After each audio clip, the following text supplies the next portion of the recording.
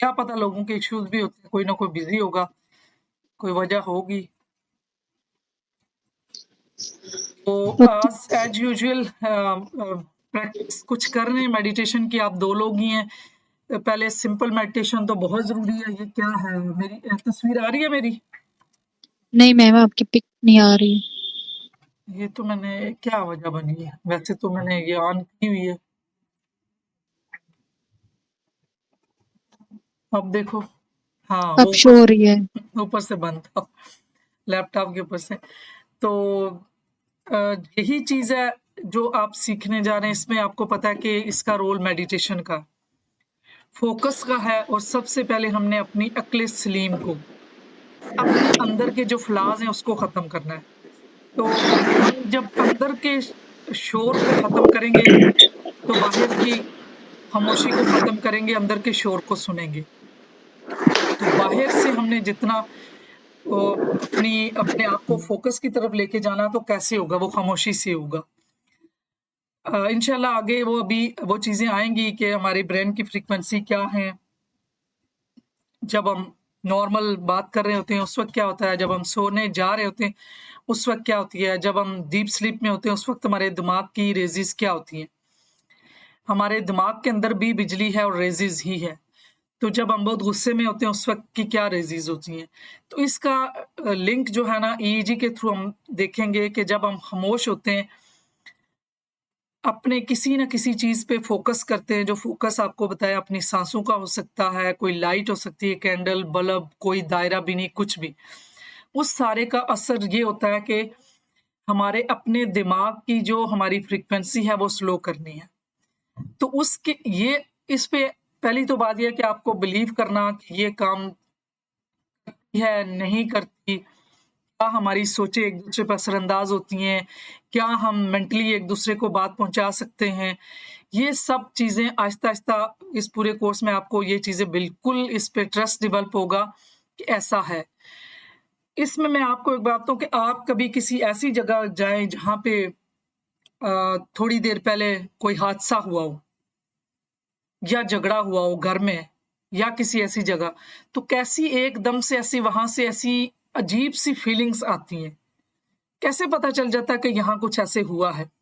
इसी तरीके से अगर किसी ऐसी जगह जहाँ खुशी है, सारा कुछ है, तो वो उसकी वो पूरा माहौल, पूरा एटमॉस्फेयर वो कैसे पता चल जाता है कि वो सारा यहाँ पे कोई ऐसा लग रहा है कि कोई बड़ी अच्छी या खुशी की बात है।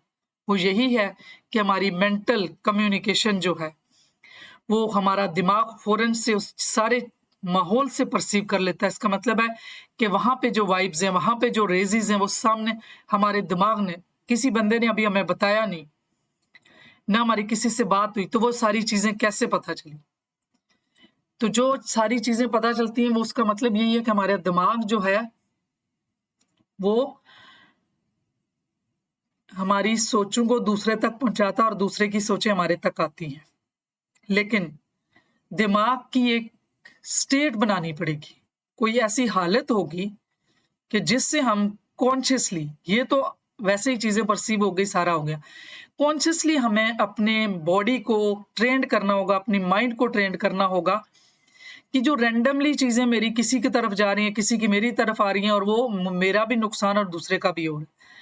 क्यों ना मैं अपने आप को इस तरह से ट्रेन्ड कर दूँ कि मेरे अंदर के जो बशरी तकाज़े हैं, जिसमें ड्यूल है, हमारा स्ट्रेंथ भी और वीकनेस भी है। हम अपनी स्ट्रेंथ को बढ़ाएँ और वीकनेस पे काम करें। आपने पर्सनैलिटी ट्रेट जो 16 है, उसके उसके ऊपर भी आपको पता है, उसमें भी 4 डायकोटमीज़ हैं। एक एक टाइप होती हैं, 2 टाइप है, इंट्रो और एक्सट्रो।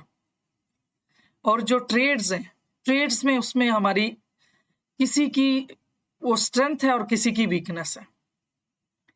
अब अगर मेरी स्ट्रेंथ है थिंकिंग, तो मैं फीलर कम हूँ, इमोशनल 80% मैं थिंकर और 20% इमोशनल हूँ। उसमें मैं क्या करूँ कि मैं अपने आप को ट्रेनिंग दूँ, अपने आप को इस चीज़ के ऊपर काम करूँ कि मैं भी थोड़ी बहुत मैं इमोशनली भी चीज़ों को अंडरस्टैंड कर सकूँ, मैं फीलर भी हूँ। मैं किसी की सिचुएशन को उसकी जगह पे जाकर समझ सकूँ। वो जो मेरे अंदर वीकनेस है, मैं उसको सीखूँ। इसी तरह इंट्यूशन है। इंट्यूशन है एक पर्सन, ये बाय नेचर अल्लाह ताला ने इंट्यूशन डाली है। इंट्यूशन के साथ दूसरी डाइकोटमी है सेंस, देख के चीजों को 5 आंखों से। अब इसमें बुरा और अच्छा क्या है, उसकी डोमिनेट साइड, किसी की स्ट्रेंथ, चीजों को देख के डिसीजन करना, पूरी इंफॉर्मेशन ले लेना, वो लॉजिकली काम करेंगे। कुछ लोग इंट्यूटिव होते हैं, वो फौरन जो थॉट आई जैसे उसको पता चला वो किया। अब अगर मेरे अंदर मैं इंट्यूटिव हूं तो मुझे ये सीखना है कि हर हाथ मिलाने वाला दोस्त नहीं है। मुझे इन 5 सेंसेस के साथ चीजों को देख के डिसीजन करना है। ये मैंने सीखना, ये मेरी वीकनेस है। अगर मैं सेंसेस के ऊपर ही ज्यादा काम करती हूँ तो इंट्यूशन पे भी काम है। सारा जो आखिरत और इन चीजों का वो इसी पे बिलीव है। और इंट्यूशन भी अल्लाह ताला ने रखी है और हमारे माइंड की ये क्वालिटी है, उस पे हम काम करें। और फिर लास्ट डाइकोटमी है प्लानिंग और जजमेंटल। बहरहाल ये एक उस कोर्स से रिलेटेड नहीं है, लेकिन मेरे कहने का जो मैंने बताना था आपको, बताना ये था कि हमारे जो शेडो एरियाज हैं, जो डार्क साइड है या हमारी थ्रेट है, वो दूसरे के भी हैं। अब हम क्या करेंगे, हम एकदम, एक तो रूल पूरा अप्लाई हो गया कि हम खुद को चेंज कर सकते हैं, दूसरे को नहीं। जब भी हम किसी दूसरे को चेंज करने पे जाएंगे तो फौरन से हमें क्या होगा, डिफेंस स्टार्ट हो जाएगा। दूसरा डिफेंस में चला जाएगा और वो कभी भी अपनी गलती, अपनी चीज नहीं मानेगा। तो क्या हो सकता है, दुनिया में 2 तरीके हैं दूसरों को भी चेंज करने के और खुद को भी। एक प्यार है और दूसरा फियर है, थ्रेट है। तो बेहतरीन हाल यह है कि हम खुद को चेंज करके दूसरों को प्यार से कर सकते हैं। अब यहाँ पे बात जो मैं बता रही थी, इसको रिलेट इसलिए कर रही थी कि हमने सबसे पहले अपने अंदर का शोर सुनना है। मेरे अंदर के जो अंदर के खौफ, मेरे अंदर के जो परेशानियां, फियर्स और जो बशरी तकाजे हैं जिसमें दूसरों को कंट्रोल करना, ये आगे की स्लाइड्स में आएगा। और हसद, जेलसी, ये सारी चीजें हर इंसान के अंदर होती हैं, लेकिन लेवल मुख्तलिफ होता है। उस सारे को हमने अपने अंदर से जब निकाल लेना है तो जो चाहेंगे, जैसा चाहेंगे, फिर होने लगेगा। हो तो अब भी रहा है, लेकिन हमें तीर गलत पकड़ लिया, पता नहीं होता। सोचते कुछ जा रहे हैं, करते कुछ जा रहे हैं, होता कुछ जा रहा है। अब इस कोर्स में आपने सही सीखना है कि मैंने जो तीर मुझे मिल गया, जो तलवार मिल गई है, इंट्यूटिव में हूं, जो मैं सोचती हूँ, सब जो सोचते हैं वो होता है, लेकिन सम टाइम हम उल्टा सोच लेते हैं। मैं आपको एक बात बताऊं कि जब लड़की की शादी होती, माँ का दी, अल्लाह तुझे किसी चीज की कमी ना हो। आप क्या लफ्ज क्या बोला है, हमारा दिमाग, आपको पता है कि हमारा सबकॉन्शियस ज्यादातर जो नेगेटिव स्टेटमेंट है उसको एंटरटेन नहीं करता। अब अल्लाह कमी ना करे, ना को उसने स्टेट नहीं किया तो क्या उसने किया कि कमी हो, लफ्ज क्या आया, कमी। इसके बजाय हम अगर कोई भी, मैंने तो एक जनरल बात कही है, सभी लोग हम एक दूसरे को दुआएं भी उल्टी दे रहे होते हैं। उस पे क्या दुआएं दे रहे होते हैं, उसको देने ये चाहिए थे कि खुदा तुझे खुश रखे, खुशियां दे, तुम्हें दुनिया की हर आसाश मिले। अब दुआ क्या होती है, तुझे किसी चीज की कमी ना हो। ये वर्ड ठीक नहीं है। न्यूरो लैंग्विस्टिक प्रोग्रामिंग के हिसाब से ये ग्रामेटिकली ये ठीक नहीं है। दिमाग ने जो प्रोसेस करना है वो कमी करनी। इसी तरह हम बहुत सी चीजें ऐसी सोचते, बोलते, दवाएं, अफर्मेशन करते हैं जो कि उलट पड़ती हैं। यहाँ पे ज्यादातर मैं यही चीजें आपको बताऊंगी ताकि आपको आपसे मिलवाना। पहले भी मैंने बताया कि आप तो एक ड्राइविंग लाइसेंस सीखते तो क्या स्किल आपकी है, प्रैक्टिस आपने की है, वो पहले से एक बंदा है जिसको नॉलेज है, वो आपको सर्टिफिकेट दे रहा है कि ये जो जी आप जाके ड्राइविंग कर सकते हो, आपको कॉन्फिडेंस आ जाता है। यही कोच, टीचर, ट्रेनर आपको यही कॉन्फिडेंस देता है, वो यही चीज आपको बताता है कि आप कर सकते हो, आपके अंदर है। वो साथ रह के छोटी छोटी आपकी गलतियां जो प्रैक्टिस के दौरान होती हैं वो आपको बताता है। तो आपने मेडिटेशन करनी है, वो मैंने आपको तरीके बता दिए। सिंपल जो अपनी सांस पे फोकस करने वाला भी है, बिल्कुल कुछ भी ना सोचे, खामोशी से बैठ जाएं, वो भी है। जो थॉट आ रही है, जा रही है, उसको देखें, लाइट पे फोकस करना, दायरा बीनी, कुछ भी ऐसी चीज़ें जो किसी एक पॉइंट पे देखना, चलते-फिरते चीज़ों पे फ़ोकस करना, जो लफ्ज़ जो बोलें, जो कुछ दुनिया में नज़र आए, उस पे गौर-व-फ़िक्र करना, ये भी मेडिटेशन है। ये मेरा एक पूरा कोर्स पड़ा हुआ फ्री वो यूट्यूब पे है। उस पे मैंने मेडिटेशन के ऊपर बहुत गहरा पूरा वो 17-18 वीडियोज़ है उसकी या 20-22 हैं अल्लाह जाने, काफ़ी वीडियो है उसकी। उस पे भी आप जाके सुन सकते हैं। तो मेडिटेशन बहुत ज़रूरी है। आपने अपने माइंड को, अपनी बॉडी को ट्रेन करना है, तो उस ट्रेनिंग के लिए ये आमिल और मुवक्किल क्या होते हैं, उन्होंने ट्रेनिंग की होती है। उन्होंने जो-जो वज़ाइफ किए हुए हैं, वैसे तो ये चीज़ मुझे कहनी नहीं चाहिए यहाँ।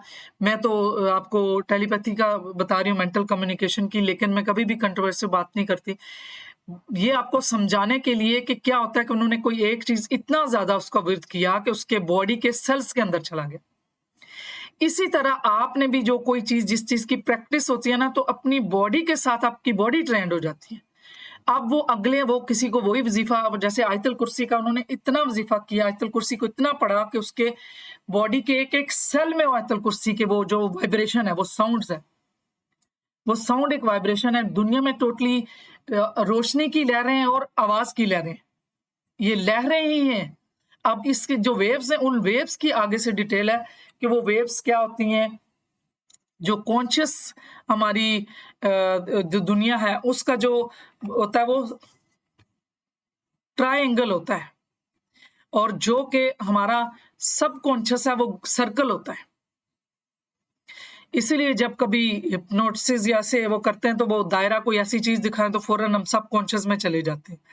तो जब भी आप मेडिटेशन करते हुए आप किसी दायरे की तरफ जाना शुरू हो जाएँ, आपको ऐसा फ़ील होना शुरू हो जाए कि गोल-गोल सर्कल आ रहे हैं, घूम रहे, आप चले गए अल्फ़ा में, आप डीप आपकी छटीज़ खुल गई। तो वो ये चीज़ें आपको आगे एक्सपीरियंस होंगी। असल में ये कोर्स में और काफ़ी डिटेल होती है और कभी-कभी चीज़ें बड़ी डेप्थ में आती हैं, तो फिर बताना भी आपको भी अच्छा लगता है और मुझे भी अच्छा लगता है बताना। तो ये चीज़ें हैं कि कुछ ऐसी चीज़ें हैं, फिर आगे और भी बताऊँगी कि अगर आप लोगों ने प्रैक्टिस करनी है, तो आपने नमक और चीनी में से एक चीज़ कम करनी है। तो जो आपने कम करनी है, तो उसमें नमक जो चीनी है, वो कशिश शक्कर है, नमक है, इसमें भी अलग है। जो जिन्नात हैं, उनकी क्या फ्रीक्वेंसी है, जो फरिश्ते हैं, उनकी क्या फ्रीक्वेंसी है। जब हम अपने जिस्म से, अपने बॉडी से, अपने ब्लड से अगर चीनी की मिकदार कम करेंगे, तो जो दुनिया में कशिश शक्ल इस जगह पे रह रहे हैं, वो आपके अंदर से कम होगी, तो आप फरिश्तों के लेवल पे भी इंसान की कैपेबिलिटी बढ़ जाती है, जिन्नात की लेवल पे। शायद ये बात आपको समझने में थोड़ा-सा टाइम लगे और इसको इस चीज़ के डेप्थ में जाने में। तो ये चीज़ है कि आपको कोई एक चीज़ भी चीनी कम कर दें या नमक, तो चीनी अपनी कम करके देखें, फिर आपने और एक्सपीरियंस देखिएगा। फिर आपके साथ बहुत ज़्यादा और तजुर्बात होंगे, आपको और ज़्यादा चीज़ें समझ आएँगी। तो अपनी लाइफ़ में से कोई एक चीज़ कम करना शुरू करें। मैम, नमक कम करने से क्या होता है? जैसे आपने चीनी का बताया कि इससे तो बंदा फरिश्तों के लेवल पे जाता है और नमक फरिश्ते और से जिन्नात, बिल्कुल, अभी मैं हाँ जी। आपको इसका भी बताती हूँ। वो मैं यही कह रही हूँ, कोर्स वाला फिर चला जाता ज़रा उधर, तो मैं आपको इसको भी बताती हूँ। अम, ये है। मैम, ये आपने बताया था ना पिछली दफ़ा भी, मतलब पिछली दफ़ा जब मैं कोर्स कर रही थी, तो उसमें मैंने चीनी को काफ़ी कम कर दिया था। वो अब मुझे ना थोड़ा बहुत कभी मीठा पानी पीना पड़ जाता है, ज़रूरत पड़ जाती है। हाइपोग्लाइसीमिया हो जाता है, तो वो ठीक है या उस लेवल को और थोड़ा-सा नहीं, कम नहीं, करूँ? थोड़ा नहीं, आप ठीक है, आप वो करें। देखें, हर चीज़ का जैसे मैंने आपको बताया कि 2 हैं, जिस तरह एक इंटरनल और एक एक्सटर्नल है, इसी तरह हमारे 2 दिमाग मैंने बताया कि टाइम और स्पेस, आपको पता है कि टाइम स्पेस की कैद तो इस जिस्म को है, रूह को नहीं है। वो टाइम और स्पेस में हमारा जिस्म और रूह है। दूसरा दिमाग जो है, वो लाशऊर है, वो ऐसे ख़वास बनाता है जो टाइम स्पेस से आज़ाद होते हैं। अगर मैं आपको अभी कहूँ कि अभी आप जो है ना सोचें, जब आप स्कूल में किसी बेंच पे बैठी थी, आप चली जाएँगी?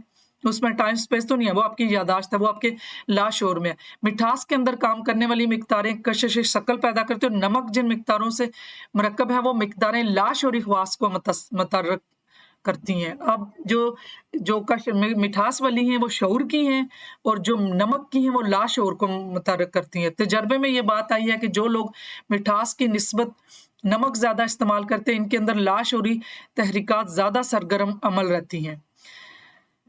तो ये जो कानून है, अब इससे ये चनाचा मैंने मीठी चीज़ें खाना छोड़ दी। 2-3 हफ्ते बाद तबीयत के अंदर सख्त ये होता है जब आप कुछ हफ्तों के बाद आप चीनी या नमक कम करते हैं तो आपके अंदर कोई ना कोई ऐसी कैफ़ियत, चिड़चिड़ापन ऐसी चीज़ें आती हैं। लेकिन उसके बाद कुछ 2 महीने या इतना टाइम गुज़रेगा तो आपका जिस्म बिल्कुल आपको लाइट, हल्का और बहुत ही अच्छा महसूस होना शुरू हो जाता है।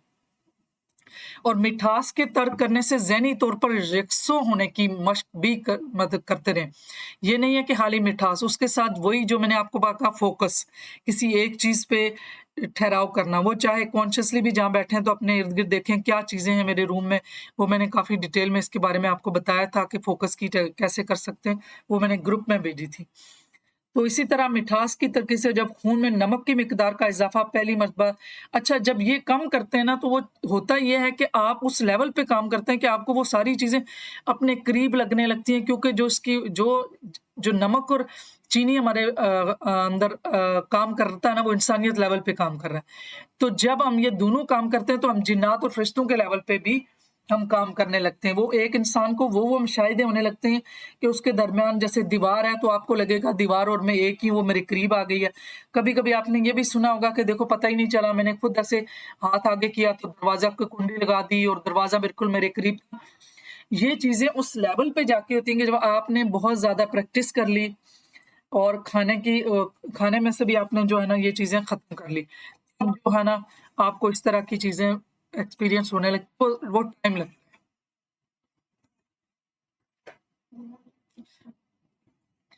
दायरा और फ़रिश्तों की देखिए इसमें भी सारे इंसान भी 2 रुख हैं गालिब। अच्छा यहाँ पे ये भी है कि इंसानों के लिए ये जो मैंने वेव बताई हैं कि कुछ मसलस जो है वो कॉन्शियस है, जो सर्कल है वो हमारा लाशऊर है। तो इसी तरह इंसानों के ऊपर भी दायरे ही हैं और जिन्नात के ऊपर भी दायरे इसी तरह इसी जिन्नात के जो हैं वो दायरे ज़रा सर्कल की सूरत में हैं। तो जो इंसानों के हैं वो ट्रायंगल क्योंकि वो कॉन्शियस हैं। तो जब हम प्रैक्टिस करें तो उसकी सूरत में भी हमने शिमाल को साउथ कहेंगे, उसकी तरफ नॉर्थ और साउथ की तरफ हमने मुँह करके बैठ के हमने जो है ना वो करना है, ये मेडिटेशन करनी है। उसकी ये है कि जो वेव्स हैं जो ईस्ट और वेस्ट की तरफ हैं वो ज़्यादा तेज़ वेव्स चलती हैं। और वो जब तेज़ वेव्स हैं तो उस पे अपनी सोचों पे काबू डालना और उन जो गर्दिश जारी है वेव्स की, उनके ऊपर कंट्रोल करना मुश्किल हो जाता है। तो इस तरह जो तख्लीकी लहरों का वज़न है वो जो भी बंदा मश्क करेगा उसके लिए ज़रूरी है कि वो पहले अपने आप को साउथ की तरफ रखे या नॉर्थ की तरफ, शुमाल या जनूब की तरफ। तो इसमें ये है कि 1-2 चीज़ें मैंने आपको आज बता दी हैं कि इस तरह से अपने आप को जब आप मेडिटेशन में बैठना है तो एक तो ये है कि आपने पोज़ीशन किधर को करनी है, उसमें भी ये है कि लहरें होती हैं जो हर वक़्त ये कायनात लहरों पे ही चल रही है। ये हमारा जो टेलीफ़ोन सिस्टम है मैं और आप बात करें हम लहरों पे ही तो बात कर रहे हैं, लहरों से हमारा कोड मिला है, फ्रीक्वेंसी मिली है, हमने एक कोड जनरेट किया जो आपको भेजा और एक कोड आपने किया तो मेरी और आपकी बात हो रही। इसी तरह हमारी सोचों का कोड है जो एक-दूसरे से मैच करता है। तो जब मैच करेगा तो जो उस बंदे के दिमाग में जाएगा, जो मैं चाहती हूँ, जिस तरह का मैं सोच चाहती हूँ, वही चीज़ें फिर बाकी कायनात के लोग हैं या जैसे कॉस्मिक एनर्जी है उनसे मिलके तो जो मेरा मिशन है, गोल है, जो मैंने अपनी विश की है वो मेरी पूरी हो जाएगी। क्योंकि वो कोड इतने सारे मिलके करेंगे। अब बेनिफिट ऑफ मेडिटेशन है ये भी आपको पता ही है इसमें आप पढ़ भी लेना इफेक्टिव जो है वो रिलीव करता है अगर किसी को नींद नहीं आती तो जब आप मेडिटेशन करते हैं मेडिटेशन कॉन्शियस स्लीप है। जब आप मेडिटेशन करते हैं तो आपकी स्लीप जो है ना कम हो जाएगी। आप थोड़ा टाइम सोएँगे तो आपकी स्लीप जो है ना पूरी हो जाएगी। उसमें भी कुछ लोगों को जो मेडिटेशन करते हैं तो नींद नहीं आती, आधी रात को उनकी नींद पूरी उठ जाती है, वो जाग जाते हैं, वो परेशान होते हैं, ये क्या मुझे नींद नहीं आ रही। वो एक्चुअल में कॉन्शियस स्लीप जो है ना वो तो जो नींद में हम सोते हैं उससे अच्छी जो क्वालिटी वाली स्लीप जो है ना वो कॉन्शियस स्लीप है जिसमें हम मेडिटेशन करते हैं। फ़ोकस में होते हैं, तो वो उससे लोगों को ये होता है कि अब हमें नींद नहीं आ रही, लेकिन उसमें नींद जो है ना वो क्वालिटी वाली हो चुकी होती है, उसमें बंदा बुक्स पढ़े, उसमें कोई ना कोई स्टडी करे, कोई रूहानियत वाली कुरान, हदीस कुछ ना कुछ करता रहे, अगर उसकी नींद पूरी हो जाती है, जल्दी खुलती है, आँख खुल जाती है। तो रिस्क वो जो रेस्पिरेटरी ट्रैक का इन्फेक्शन होता है, बार-बार ये जो हमें हो रहा होता है, वो कम हो जाता है जब हम मेडिटेशन करते हैं।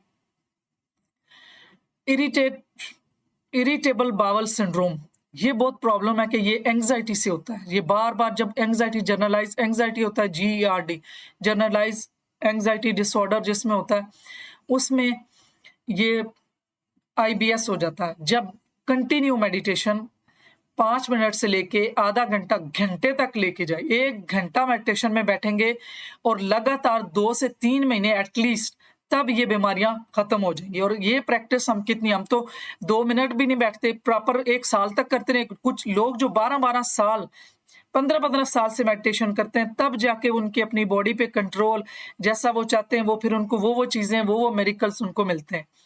उसके बाद है कि ये हमारा स्ट्रेस लेवल को लोअर करते हैं, कम करता है, एंग्जायटी कम होती है मेडिटेशन के। इसके तो कितने फ़ायदे हैं, ये तो थोड़े बहुत मैंने यहाँ लिखे हैं।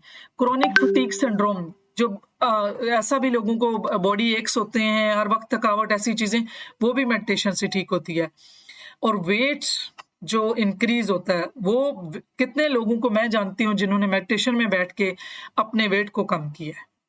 लेकिन वो मेडिटेशन ऐसी थी कि वो उनके ऊपर पानी भी गिरा गरम, वो उन्होंने अपनी मेडिटेशन ही तोड़ी कि वो इतनी अल्फा में, वो इतनी अल्फा नहीं, वो डेल्टा में थी। और वो मतलब वो मैं उनको बिल्कुल बहुत करीब से जानती हूँ, और उनके पहले वेट का भी मुझे पता और बाद का भी। और इसी तरह हमारा कॉग्निटिव, जो हमारे सोचने समझने वाला दिमाग है, जो फंक्शन करता है, वो भी बेहतर होता है, और हमारे जो भूलने के, जो हमारी मेमोरी के इश्यूज़ होते हैं, वो भी ठीक होते हैं। तो मेडिटेशन के अपने फ़ायदे हैं। जब हम मेडिटेशन के साथ ये दूसरी चीज़ें प्रैक्टिस करेंगे, तो उसका बहुत ज़्यादा फ़ायदा होगा। अब ये किसने कलेक्टिव कॉन्शसनेस पे हमारा पीछे चल रहा था, जो हम कॉल राजर का जो हम पढ़ रहे थे कि उन्होंने क्या थ्योरी दिया, क्या कॉन्सेप्ट था, तो उसमें हमने कलेक्टिव कॉन्शसनेस, अनकॉन्शसनेस, एनिमा, एनिमस, वो सारी चीज़ें हम पढ़ रहे थे। तो उसमें से ये है कि ये कौन थे साइंटिस्ट जिन्होंने इसका डिस्कवर किया था। तो ये साइंटिस्ट जो थे वो उन सोशियोलॉजिस्ट थे, ईमेल दरखीम, इन्होंने ये कॉन्सेप्ट डेवलप किया था। Individual unique individuals are bound together into a collective units like social group and societies. ये सारे देखें हम जो कलेक्टिव कॉन्शियसनेस है, जिस तरह से ये हमारे रस्म रिवाज हैं, किसी और मुल्क में चले जाएं, उनके सारे जो रिलीजियस उनके रस्म रिवाज हैं, जो उनके कल्चरल रस्म रिवाज हैं, तो ये हमारे कलेक्टिव, हम एक नस्ल से दूसरी नस्ल में कॉन्शियसली जाते हैं। जैसे सिंधी अजरक है, देखें ये कराची वालों की है, पश्तूनों का अलग है, कोयटा वालों का अलग से है, ये मुल्तान का जैसे अलग से हैं चीज़ें। तो ये सारा एक कल्चर जो है, ये कलेक्टिव कॉन्शियसनेस है। ये मोरल्स जो वही जो मैंने बताया कि जो सोसाइटी में जो चीज़ें होती हैं, जो हम उसके साथ शेयर करते हैं, ये सारी इसको कलेक्टिव कॉन्शियसनेस कहते हैं। कलेक्टिव अनकॉन्शियस वो है जो कि हम लाशऊरी तौर पे, जिस तरह बायोलॉजिकल जीन्स में चीज़ें आती हैं, उसी तरह हमारा साइकोलॉजिकल मेकअप में भी चीज़ें आती हैं, वो हमारे अनकॉन्शियस में होती हैं। वो हमारे आबो-अजदाद में से किसी ने किसी के साथ ज़ुल्म किया, नाइंसाफ़ी की, वो फिर हमारे अपने साथ भी चल रहा होता है। और जो हमारे हमने अच्छा किया, वो भी हमारे साथ, वो कहते नहीं कि जो बद्दुआ 7 नस्लों तक तबाह करती है, तो वो यही चीज़ें कि वो चीज़ें भी हमारे साथ चलती हैं। तो ये जो पहले पर्सोना और जो ये पर्सनैलिटी का आउटर वर्ड हमारा, उसमें पर्सोना ईगो है, सेल्फ है, और जो हमारा ये पर्सनल अनकॉन्शियस में सेल्फ चलेगा, शैडो है, एनिमा, एनिमस, ये इनर वर्ड है। इसको आगे हमने ये पहले भी हमने कर चुके हैं, ये बार-बार इसलिए दिखा रही हूँ कि आपको फिर से सही समझ आए। अच्छा, इसको कैसे ठीक करना है, ये क्वेश्चनर है, अपने आप से कैसे करना है, ये मैं भेज दूँगी, ताकि हम अपने शैडो उन चीज़ों को खत्म करें। ये वर्कशीट्स होती हैं। अच्छा, ये क्या एक्सरसाइज़ हैं कि हम अपने शैडो को हील करें, ये भी मैं भेज दूँगी कि ये वाली एक्सरसाइज़ करनी है, ये भी। ये हमारी जो लेयर्स होती है ह्यूमन साइकी की, वो ये है कि हम कैसे इंसान का जो हमारा सबसे पहले पर्सोना, ईगो, शैडो और आर्कीटाइप्स और सेल्फ, ये मैंने आपको पहले बता दिया कि आर्किटाइप्स वही जो हमारे आबो-अजदाद से आती हैं चीज़ें। ये हमारी लाश हो रही होती है, इस पे हमारा कोई हमें पता भी नहीं होता। इस पे अगर हम अपने पे काम नहीं करेंगे, अगर हम तज़किया नफ्स भी नहीं करेंगे, हम अपने शैडो को भी कंट्रोल नहीं करेंगे, तो फिर तो हम तीसरे लेवल पे ही ज़िंदगी गुज़ार के चले जाएँगे जो विक्टिम है। फिर हम जो कॉन्शियस मैप है जो हमारी को कॉन्शियसनेस है उसको हम अचीव ही नहीं कर पाएँगे। सेल्फ एक्चुअलाइज़ेशन की तरफ नहीं जा पाएँगे। तो हमने अगर अपने अल्लाह ताला ने हमारे अंदर क्या पोटेंशियल डाला है, अल्लाह ताला ने हमें क्या स्ट्रेंथ दी है, अगर हम उसको नहीं जानेंगे, उसको नहीं पहचानेंगे, तो फिर इसका मतलब है कि अल्लाह ने जो हमें अशरफुल मखलूक़ात बनाया, जो नायब बनाया, अल्लाह ताला ने इस दुनिया में इंसान को सबसे सबसे बर्तरी पे रखा। नायब का मतलब होता है कि सेकंड टू आईसीस कुछ इख्तियारात उसको दे देना। तो आधे कुन के जो इख्तियारात हैं दिए, तो वो अगर हम खुद नहीं जान पाएँगे, तो फिर तो ये डिफेंसिव होके जो कि हमारा जो माइंड है रेप्टिलियन माइंड भी है, लिज़र्ड माइंड है और एक लॉजिकल जो ह्यूमन माइंड है, उस ह्यूमन माइंड तक तो हम जाएँगे ही नहीं। फिर हम रेप्टिलियन माइंड पे, एनिमल माइंड पे और लिज़र्ड माइंड के ऊपर ही काम करके चलेंगे। तो जब हम अपने आप के ऊपर काम करें, तो ये इन जो दुनियावी चीज़ें जब सारी चीज़ें खुद इंसान के इख्तियार में आ जाती हैं, फिर क्या उसने किसी को टेलीपैथिक मैसेज देना, तो फिर क्या करना? जब इंसान खुद से खुदा तक चला जाता है, तो फिर ये चीज़ें बहुत पीछे रह जाती हैं। तो इसलिए जो मैं इस पूरे उसमें करती हूँ, तो उसका मकसद ही यही होता है कि मैं इन चीज़ों को पहले हम अपने अंदर से अपने फ्लॉज़ जो हैं, जो हमारे शैडोज़ हैं, उनको ख़त्म करें। तो वो तो इख्तियार आपके पास है, आप जो सोचेंगे वही होगा, जो बोलेंगे वही होगा, जो चाहेंगे वही होगा।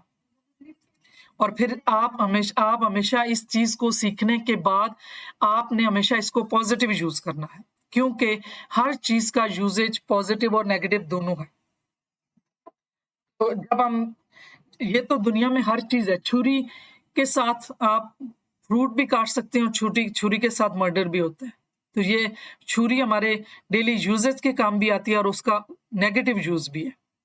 तो ये नॉलेज भी जो आपके पास है, पहले से भी है और अभी मैं आपको ये नॉलेज दे रही हूँ, ये स्किल आप सीख रहे हैं, इस स्किल को आपने हमेशा पॉज़िटिवली यूज़ करना है, दूसरों को हीलिंग भेजनी है, दूसरों के अच्छे पर्पज़ के लिए करना है। जब भी सोचना है, जब भी कुछ करना है, आपको पता है कि जब आप इतना फ़ोकस्ड हो जाते हैं, तो जो फ़ोकस्ड माइंड है, वो अगर कागज़ पे थोड़ी देर फ़ोकस होके नज़र डालेगा, उस कागज़ को आग लग जाती है। और ये जो टेलीकाइनेसिस है कि जब इतना लोगों ने फ़ोकस कर लिया होता है और अपनी बॉडी को ट्रेन कर लिया होता है, तो वो लोग क्या करते हैं कि वो अपने हाथ से किसी ऑब्जेक्ट को मूव कर सकते हैं। तो जब किसी ऑब्जेक्ट को मूव करने तक इतने तक आपको अपने ये अल्लाह ने दिया हुआ है। ये अलग बात है कि ये इंसान खुद इन चीज़ों में लग जाए कि अल्लाह ने जो मुझे पोटेंशियल दिया, मैं अपने ऊपर ये काम करके ये चीज़ें देखता हूँ कि मैं कितना कर सकता हूँ। ये सबके अंदर है। हम असल चीज़ जाने कि मैं यही चीज़ें अपने पर इतने काम करने से बेहतर है मैं दुनिया में कितने अल्लाह ने मुझे पोटेंशियल डाला, मैं कोई चैरिटी पे काम कर लूँ, मैं कोई स्कूल खोल लूँ, मैं कितने लोगों की शादियाँ करा लूँ, मैं जो कितने अच्छे काम करूँ। तो असल चीज़ ये है कि मैं सिर्फ़ अपने अंदर ही मिज़री जो अल्लाह ताला ने मेरे अंदर डाली हुई है, मैं उसको ही ढूँढ के खुद के ऊपर ही काम करके खुद को ही चली जाऊँ, तो ये तो मुझे तो नहीं पसंद। तो इसलिए मैं तो इससे बेहतर ये समझूँगी कि मैं अल्लाह के पास जाऊँ तो मैंने उसकी मखलूक की जो अल्लाह का पसंदीदा काम है वो काम करके आऊँ। ना कि मैं सिर्फ़ अपने ऊपर ही पोटेंशियल करके अपना मेरे अंदर ये चीज़ें मैं फिर इस काम में लग जाऊँ। और दूसरों को भी मैं इसी तरह से लोगों के काम करना शुरू कर दूँ कि ये तो पोटेंशियल है, तो लोग तो ये समझते हैं कि ये तो बहुत ही पाँचा हुआ बाबा या बाबी है। लेकिन वो बात एक्चुअल क्या है? वो तो अल्लाह ने सबके अंदर डाला है, कोई भी प्रैक्टिस करे। पहले तो ये बात क्लियर कर लें कि ये हर इंसान कर सकता है। चाहे मेंटल कम्युनिकेशन आप सबके साथ कर सकते हैं। हर इंसान के अंदर पोटेंशियल है। उसने अगर अपने ऊपर फ़ोकस कर लिया, अपने ऊपर काम करना शुरू कर लिया, ट्रेनिंग करना शुरू कर दी, तो वो तो ऐसे-ऐसे काम होते हैं कि हमें दूसरे जो लोग कर रहे होते हैं, हम उनको देख के उनके पीछे लग जाते हैं। सारी ज़िंदगी उन्हीं बाबू, उन चीज़ों, लोगों के पीछे होते हैं कि वहाँ से वो काम करवा रहे होते हैं। वो असल में वो खुद काम कर रहा है, उसको बनाया किसने? अल्लाह ने। और अल्लाह ने उसको पूरी बॉडी, माइंड सब कुछ अल्लाह ने दिया। उसने उसके ऊपर प्रैक्टिस की, उसने सीखा, सीख के वो चीज़ें स्टार्ट हो गई।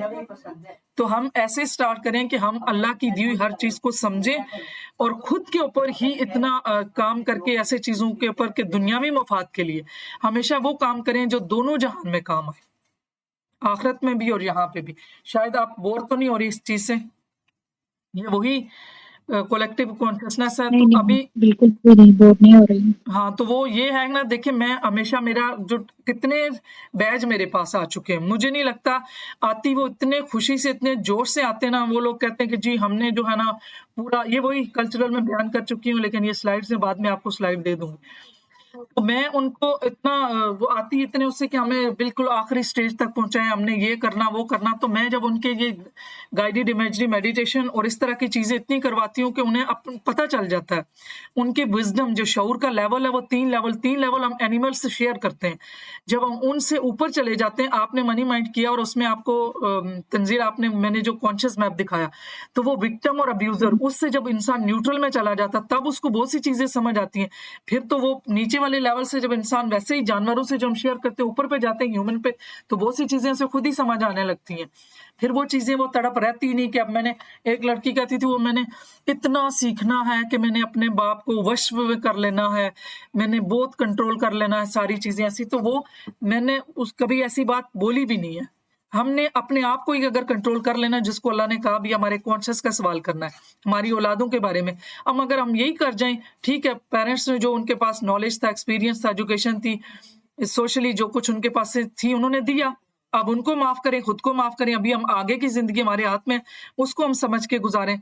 रहना तो ये ज़िंदगी है कितनी? हमने 50, 60, 70, जबकि ये इंसानों के लिए आज़माइश है, शैतान के लिए ये दुनिया बनी है। तो हमारे अंदर हमारे रगों में शैतान भी है। हम क्यों ना काम करके तो उस शैतान को अपने रगों से निकाल दें। हम जो है ना नायब बन जाएँ। जब हम नायब बन जाएँगे तो अगर अल्लाह की तरफ से कोई आज़माइश भी आ जाएगी हमारे पर, अगर कोई ऐसे मसाइल आ भी जाते हैं, कोई बात नहीं। अल्लाह ने हर मुश्किल के साथ आसानी डाली है। अल्लाह ने ही अगर मुश्किल के साथ आसानी डाल रखी है तो इन्नमल उसरि युस्रा, तो फिर हमें मिल जाएगी आसानी। तो इसमें कोई परेशानी नहीं। अच्छा, टाइम पता नहीं कितना आपकी तरफ टाइम तो नहीं है। आज की जो गाइडेड इमेजरी थी वो रह गई है। अब देख लें अगर टाइम है तो हम कर लेते हैं, वरना आज बाकी जो 15 मिनट इतनी हैं। नहीं है टाइम। 15 मिनट हैं मैम। तो क्या पता अगर 15 के बीच में ये है भी थोड़ी-सी, आपको पता है लंबी होती हैं ये एक्सपेंड सेंसरी एक्टिविटी, जो हमारी पाँचों सेंसेस हैं उनको तेज़ करना। तो ये ना हो कि बीच में ही रन आउट हो जाए, तो फिर आज छोड़ देते हैं, कल कर लेंगे। आज फिर आगे ही चलते हैं, क्वेश्चन भी और ये पढ़ भी आप पढ़ लें, क्योंकि मैं अब पानी पीऊँ, मैं अब थोड़ी-सी मेरी वो हो जाए, रेस्ट हो जाए। ठीक है।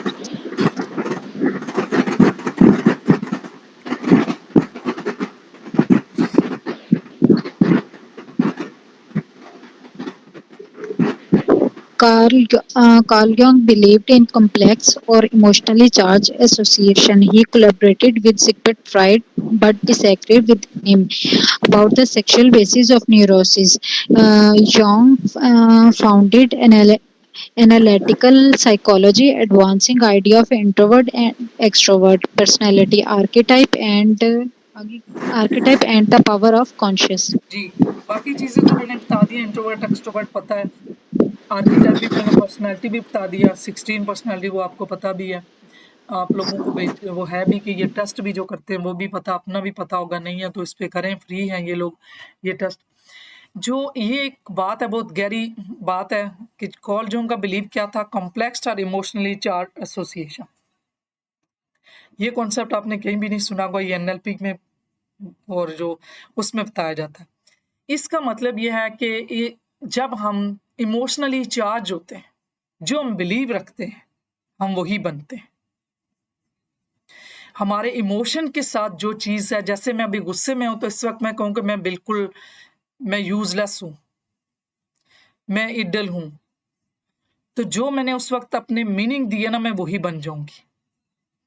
तो इसमें जो इसने बताया कि आपको पता ही है कि सिगमंड फ्राइड का जो था उसका बहुत ज़्यादा उसने जो न्यूरोसिस था, तो उसके ऊपर वो ये था कि उनकी सेक्सुअल डिज़ायर पूरी नहीं होती, तो जिस वजह से ये प्रॉब्लम होती है। तो उसके साथ बाद में जो नए जोंगियन है जो फ्राइड को मानते, लेकिन उनका इख्तिलाफ आपको पता है, एनालिटिकल साइकोलॉजी इस यही था कि उसमें इन्होंने इस चीज़ को डिनाई किया था कि ये बात नहीं है, कि टोटली उन्होंने ज़्यादा ज़ोर एम्फेसिस किस पे दिया हुआ था कि जो सेक्सुअल डिसएग्रीमेंट होता तो उसकी वजह से न्यूरोसिस होता।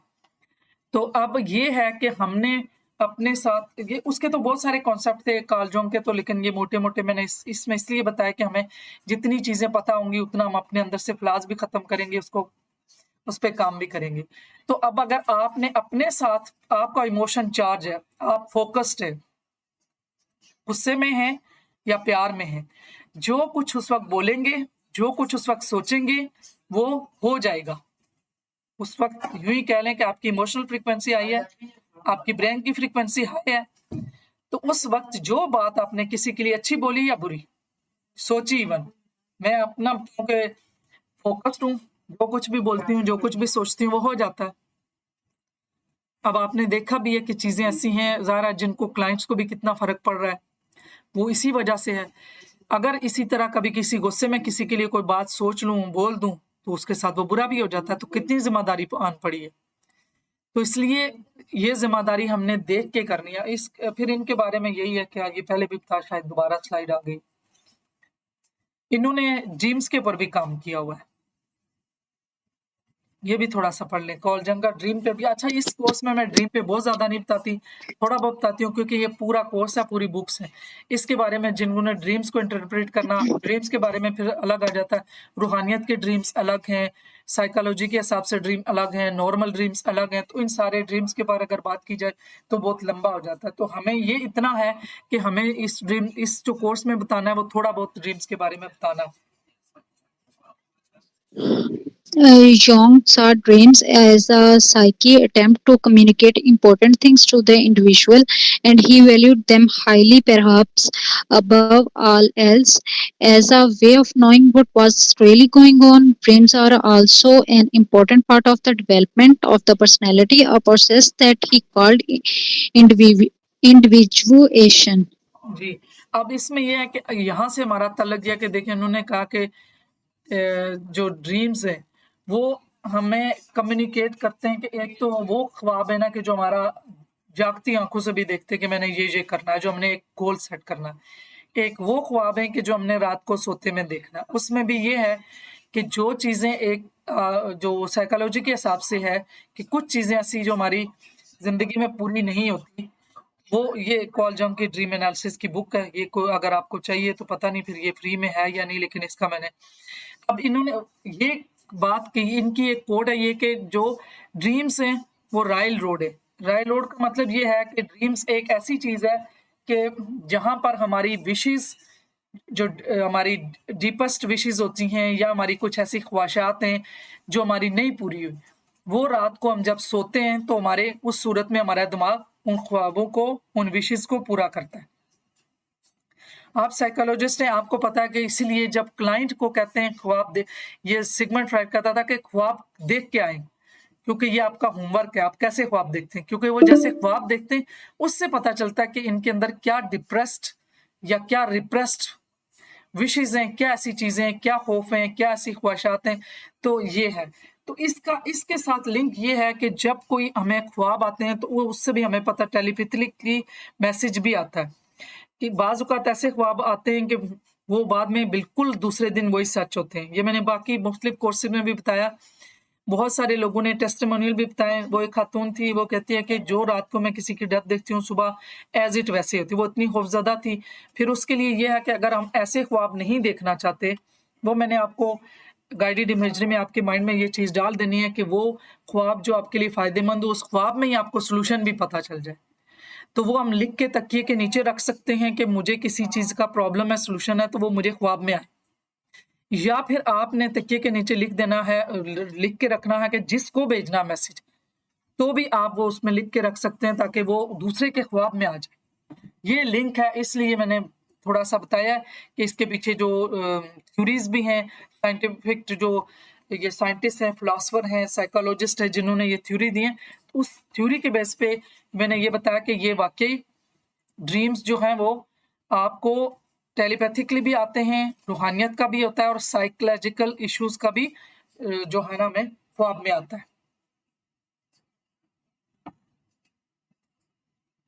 ये बार-बार स्लाइडें इसीलिए हैं कि ये देखें कि ये स्टोर हाउस होती है हमारे Freud discipline Jung introduced concept of collective unconsciousness that is store house of our memories inherited from a person.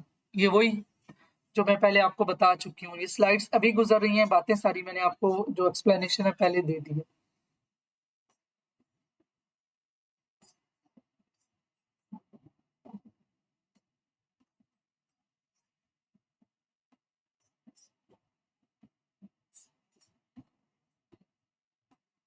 ये देखें, इसकी मिसाल ये है कि अगर आपको ख्वाब में ये आता है कि कोई एक बंदा आपको बुजुर्ग है और वो आपको अच्छी बात बता रहा है, तो उसका मतलब ये है कि आप जो हमको अच्छा, इसमें ये भी आपको बताऊं, कुछ लोग हैं अपने अपने जब वो मेडिटेशन में बैठते हैं तो वो या कोई भी दुआ मांगते हैं या उसको अफर्मेशन के, वो कहते हैं कि अपनी जो बुजुर्ग हैं, वो जो पीर हैं, जो वली हैं, जो नबी हैं, वो उनसे रूहानी तौर पे मदद मांगते हैं। ये थोड़ा-सा डेप्थ में जा रहा है चीज़ें, तो वो होता क्या है कि वो उनको मेडिटेशन में आके उनको गाइडलाइन मिलती है, उनको ख्वाब में मिलती है। तो वो यही चीज़ है कि ये जो चीज़ें ना डेप्थ में, कि अगर कोई आपको जैसे ख्वाब आया कि कोई बंदा मुझे इस तरह बता रहा है और बड़ा बुजुर्ग ऐसा है, तो इसका मतलब है कि आप सीधे ट्रैक पे हैं। तो इसका मतलब है कि वो हम वही कि हम जुड़े हुए हैं। ये हमारा अनकॉन्शियस एक ही है। हम सब कॉन्शियसली भी जुड़े हैं और अनकॉन्शियसली भी। अगेन ये है कि हम सब दुनिया में यूँ समझ लें कि रूहें, ये हमने सुना है कि रूहें एक ही दिन बनी हैं और ये दुनिया में अपने टाइम से आई है। और फिर जब किसी की मौत होती है तो यूं जैसे समुंदर से एक कतरा आया और वापस वो जो जिसकी डेथ हुई वो वापस चला गया और रूहें वापस अपनी उस जगह पे चली गई। इसमें ये देखें, अब पर इसमें क्या रियलिटी, क्या सच्चाई है कि यही कहते हैं जब किसी की डेथ होती है तो वो दुनिया में आने वाले अगर वो नेक है तो जन्नत में, वो पूछते हैं फलाना नहीं आया था, वो कहाँ है। तो इसी तरह फिर वो उनको लगता है कि अच्छा वो इधर नहीं आया, तो वो फिर शायद आलम अरवा में ही होती हैं, तो दूसरी साइड पे है। तो बहरहाल ये इसमें कहाँ तक सच्चाई है, मैं अब किताब का किसी चीज़ का कोट नहीं है, क्योंकि लोग ये क्या पता कहाँ का कब कोई सुने तो इसके ऊपर ज़रा चीज़ें कंट्रोवर्सीज ना हो। पर्सोना हमने पहले ही पढ़ लिया हुआ है। स्लाइड अभी है कि पर्सोना एक लेटियन वर्ड है और इसका मतलब यही है कि हमारी जो सोशल पर्सनैलिटी है वो है। और ये किसने दिया था? कॉल गुस्ताव जूंग ने दिया था कि जो भी हमारी आउटर पर्सनैलिटी है उसको पर्सोना कहते हैं। अच्छा, एनिमा और एनिमस के बारे में पढ़ लें। ये उर्दू में मैंने थोड़ा लिखा, ये चीज़ है, ये अब पढ़ें। ये जो आज सारी मैंने जिसके बारे में बताया ना कि हमारा शैडो साइड क्या है। शैडो का कुछ लोग सोचते और हैं जी। जी, जी। For many people, this means things like sadness, rages, laziness, and truthfully. But you might also see it as uncivilized and unacceptable things like your personal power, your independence, or your emotional sensitivity. Of course, some of us don't realize we have a show side as well, as we feel ashamed and lack awareness, ji self बिल्कुल। awareness. बिल्कुल, ये सब चीज़ें हम ये समझते हैं और हम सब अपना वो साइड नहीं दिखाते। लोग सोचते हैं कि ये साया वही, कि इसका मतलब है उदासी, गुस्सा, सुस्ती और ज़ुल्म जैसी चीज़ें।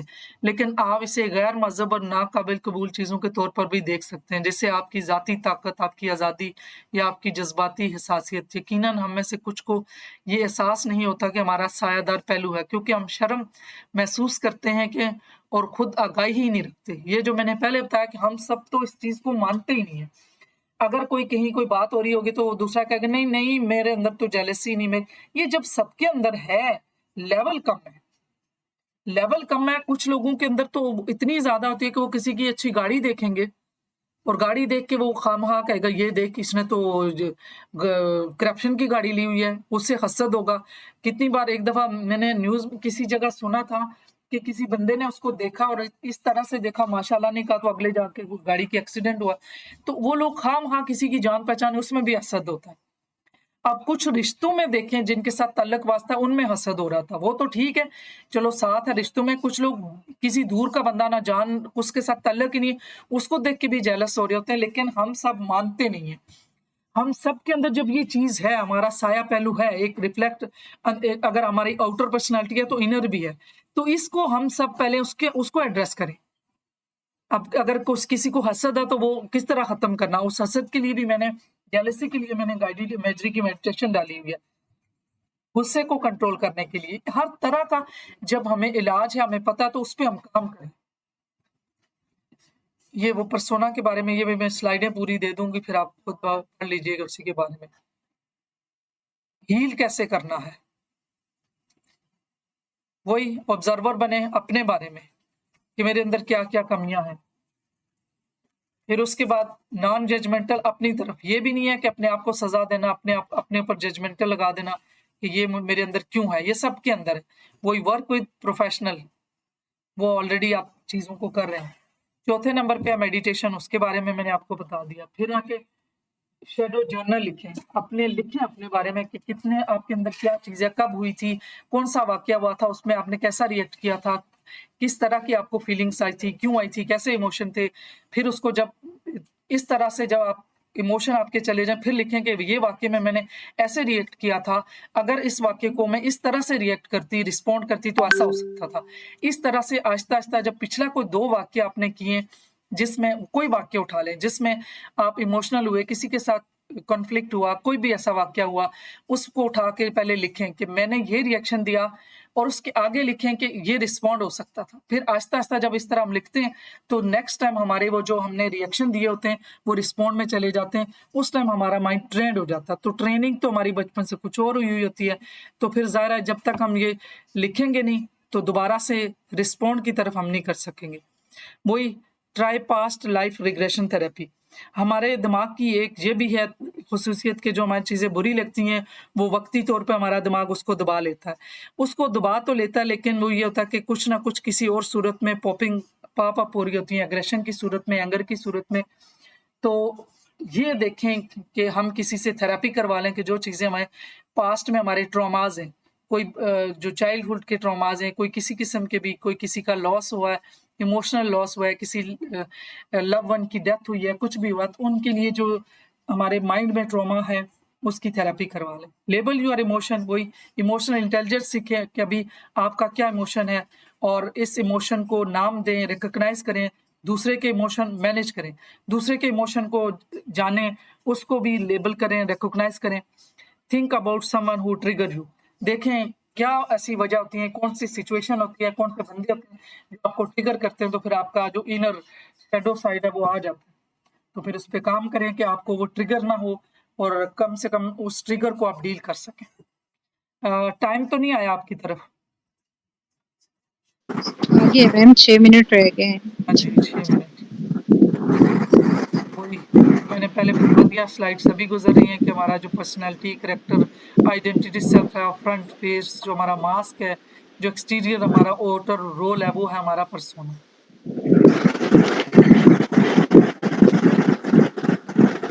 अच्छा भाभी, सॉरी, मैं कुछ पूछ सकती हूँ? ज़रूर आप पूछें, आप आज मुझसे पूछे, आज कोई और भी नहीं है।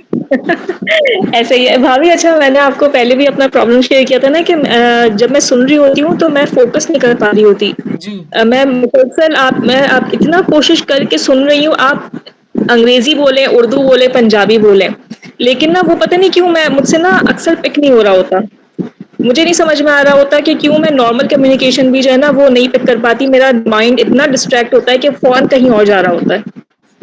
वो कोई बात नहीं, अभी जो ये सुन रही है ना ये जा ही रही है, और आहिस्ता आहिस्ता आपका यही इसी चीज पे आपने फोकस करना है कि अब आप जो सुन रही हैं उस फोकस को ही वो बढ़ाएं। तो वो मैंने जो ऑडियो में बताया था ना कि उससे बढ़ेंगी, वो 3-4 एक्सरसाइजेज मैंने बताई थी, वो करें और इंशाल्लाह हो जाएंगे। और अगर आपका माइंड जाता तो वो यही है कि वो आपका इंटरनल थॉट चैलेंज शुरू हो जाता है। वो एक बात सुनी और इंटरनल आपका डायलॉग स्टार्ट हो गया, आप कहीं और पहुंच गई। तो बिल्कुल। ये चीजें आप क्वेश्चन करें, इसके बाद भी आपको क्वेश्चन आएंगे, वो लिखें और क्वेश्चन पूछें। जब वो क्वेश्चन आपको आंसर मिलेगा तब आपको आहिस्ता आहिस्ता ये मसला भी आपका सॉल्व होगा। और दूसरा और असल में माइंडफुलनेस का भाभी, एक्सरसाइज। जी, अभी जो है ना, अभी समझ लें इस वक़्त जब मैं थोड़ा-सा रिलैक्स हुई हूँ, क्योंकि जो थोड़े से पीछे जो इश्यूज़ थे वो थोड़े से सेटल डाउन हुए हैं कि अभी कोई भी नहीं है, तो मैं थोड़ा रिलैक्स हूँ, मेरी सासू माँ भी नहीं है। तो अब ये वह अच्छा टेलीपैथी मैं सीख रही हूँ, अच्छा ये क्या था? आपने पहले क्लासेस लिए हैं, सब कुछ मैं पढ़ भी रही थी, लेकिन मेरे बिल्कुल माइंड मेरा साथ नहीं दे रहा था। अभी मैंने कहा अच्छा मैं ये कोर्स कर रही हूँ, मैंने इसमें करना क्या था? लिटरली इस वक़्त मेरी ये वो फीलिंग है। नहीं, वो तो समझ किसी लें को भी आप नहीं, वो सबको लगता है। वो जी, जी। जो आ भी जाता है ना किसी किसी मिशन के साथ भी ना, उनको भी ऐसे लगता है। वो यही है कि इंसान को एकदम से नहीं होता कि मैंने क्या चीज़, मैं किस पर्पज़ के लिए कर रही हूँ, मैं क्या कर रही हूँ। आप इस चीज़ को, इस सवाल को टैकल ही वो सोचे ही ना अभी बस आप सुनती जाएँ, आप उसके बाद देखिएगा कि सब कुछ आपका सबकॉन्शियस सुन रहा है। अगर आप किसी सोच में भी चली जाती है ना, तो भी आपके माइंड में जा रही हैं चीज़ें। अच्छा, फिर ठीक है भाभी। जो फिर जा अब मैं रिलैक्स हो गई, मुझे यही हो रहा था। जो जा रही हैं आपके माइंड में जा रही हैं, अगर आप सोच भी रही हैं ना तो आपका सबकॉन्शियस तो खुला है, वो चीज़ें जा रही हैं। ये बात नहीं है कि नहीं जा रही। वो तो ठीक जब है, आपकी वापस आएँगी आपको लगेगा कि ये मैं कैसे सही होगी, लेकिन वो ये सारी चीज़ें जाती जा रही हैं आपके माइंड में। इंशाल्लाह।